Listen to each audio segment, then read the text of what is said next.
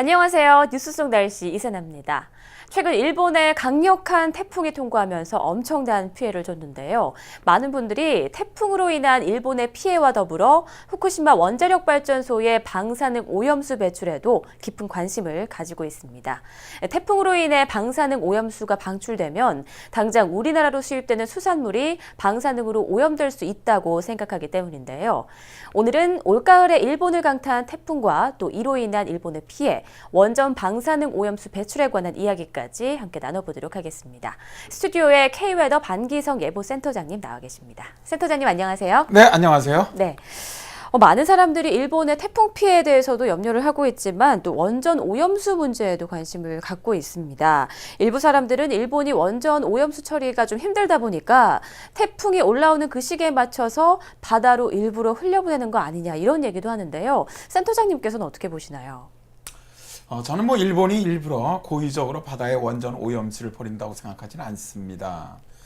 그러나 이제 그동안 일본 정부와 도쿄전력이 일본 국민이나 또 세계인들에게 원전 오염수에 대해 속이고 은폐해왔거든요. 네. 이제 그러다 보니까 신뢰를 잃어버리게 된 것이 우리나라 국민들이 걱정하게 된 배경이라고 생각을 합니다. 이제 어느 나라나 이제 날씨를 이용해서 폐수나 오염수를 몰래 버리는 일이 많이 일어납니다. 네. 우리나라 경우에도 올해 6월 장마 시작되면서 단속을 해보니까 맹동성 물질인 순위 배출량 기준치보다 최고 3,687배 초과하는 등 유해 물질이 대량 포함된 폐수를 몰래 버리는 업체들이 무더기로 적발되었거든요. 이들 업체가 버린 폐수에는 청산가리로 불리는 시안의 기준치의 900배를 초과해 검출되기도 했고, 구리라든가 납, 카드뮴, 크롬 등 중금속도 상당량 검출됐다래요. 네. 폐수가 강이나 바다로 흘러들어가면서 어뢰 등의 집단 폐사가 이어지고, 또 이런 중금속 등은 오랜 기간 동안 잔류를 하면서 사람들의 건강에 엄청난 피해를 줍니다. 그런데 이제 이런 중금속보다 더 위험한 것이 원전의 방사능 오염수입니다. 방사능 잔류기간이 폐수에 비해 엄청 긴데다가 그 영향력이 상대가 안 된다는 것이죠. 그래서 약간의 방사능이라도 위험하다고 판단해서 우리나라 정부에서 후쿠시마 인근 해역에서 잡힌 수산물을 수입하지 않겠다고 한 것이죠. 네, 방사능 오염수의 우려에 대한 배경을 좀 말씀을 해주셨는데 최근에 올해 특히 가을 태풍이 좀 유독 많이 생기는 거 아닌가 하는 생각이 듭니다. 9월 이후 일본으로 통과한 태풍이 3개나 되고 또 최근에 발생한 27호, 28호 태풍까지 만약 일본에 직접 영향을 준다면 아주 큰 피해가 발생할 수도 있을 것 같은데요. 태풍이 통과하면서 이번에 일본에 준 영향 그리고 원전 오염수 방출에 대해서도 좀 같이 말씀해 주시죠. 태풍 많이, 일일 상륙, 방사능 오염수 범람, 초비상. 이제 한 방송의 보도 제목인데요. 태풍 마니가 일본 열도를 덮치면서 100명이 넘는 사상자가 발생을 했고, 또 많은 비가 내리면서 후쿠시마 원전에서는 방사능 오염수가 바다로 배출되었다는 겁니다. 9월 16일 일본의 지지통신에 따르면 도쿄전력은 15일 후쿠시마 원전의 방사능 오염수 저장 탱크를 둘러싸고 있는 콘크리트 보호 안쪽에 고여있던 물이 흘러나왔다고 밝혔다 그래요. 태풍으로 폭우가 쏟아지면서 수량이 증가해 보 안쪽으로 흐르던 물이 밖으로 나왔다는 건데요. 문제는 이 물이 방사능 오염수라는 것이죠. 네. 일본 NGO 측은 심각한 방사능 누출이라고 주장을 했습니다. 10월 초 또다시 이제 일본을 지나간 24호 태풍 다나스로 인한 피해는 크진 않았어요. 그런데 세계 각국의 환경단체들은 일본이 이번에도 또 태풍을 이용해서 원전 오염수를 바다로 방출하는 것이 아니냐 이런 의심의 눈초리를 보냈었죠. 그런데 또 일본이 원전 오염수로 추정되는 물을 바다로 방출을 했습니다. 바로 26호 태풍 위파가 일본을 강타하기 전인데요. 네. 일본을 강타한 26호 태풍 위파는 일본에 9년 만에 가장 심한 피해를 준 태풍입니다. 중심 부근 최대 풍속이 초속 35m에 달하는 대형급 태풍에다가 기록적인 비를 쏟아부었죠.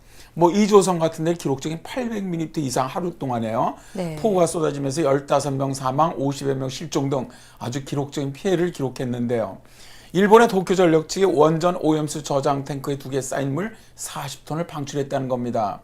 일본 지지통신의 보도에 따르면 도쿄전력은 후쿠시마 제1원전의 방사능 오염수의 저장 탱크들을 둘러싸는 2개 쌓인 물의 수위가 상승하고 있어서 2개 쌓인 물을 옮기게 만든 소형 탱크에서 약 40톤의 물을 바다로 방출했다는 겁니다. 네, 뭐 국민들은 물론이고 세계인들이 믿지 못하는 데는 그만한 또 이유가 있는 것 같습니다. 계속 은폐하고 감추려고 하다 보니까 좀 문제가 커지고 있는 것 같은데, 그런데 별다른 검증도 안 하고서는 아무 문제가 없다고 하면서 계속 오염수를 바다로 유출하는 건 분명히 문제가 좀 있어 보이는데요. 결국 자꾸 논란이 되다 보니까 아베 총리가 얼마 전에는 후쿠시마의 수산물을 직접 또 먹어보기도 했죠. 네, 그렇습니다. 네.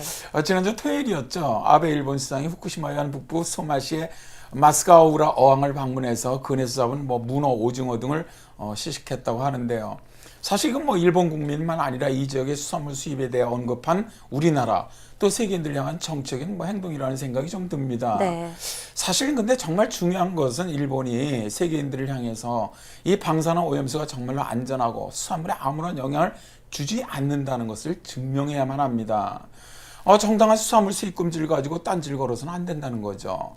일본은 미국이 1954년에 비키니 완주에서 행했던 수중 원자폭탄 실험으로 많은 물고기들이 방사능에 오염됐다고 주장했었거든요. 그러면서 북태평양에서 엄청나게 떨어진 일본군에서 잡힌 물고기도 다 패서 처리한 다음에 보상금을 받았던 전력이 있단 말입니다.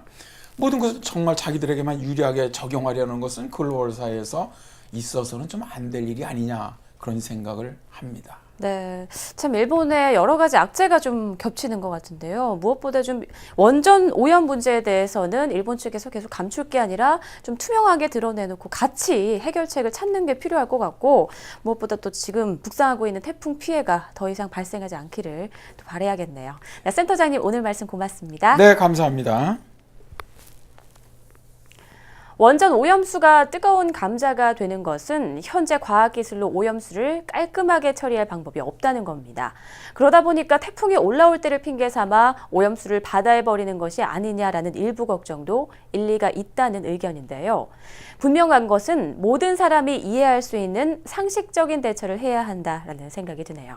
뉴스 속 날씨 오늘 준비한 내용은 여기까지입니다. 시청해주신 여러분 고맙습니다.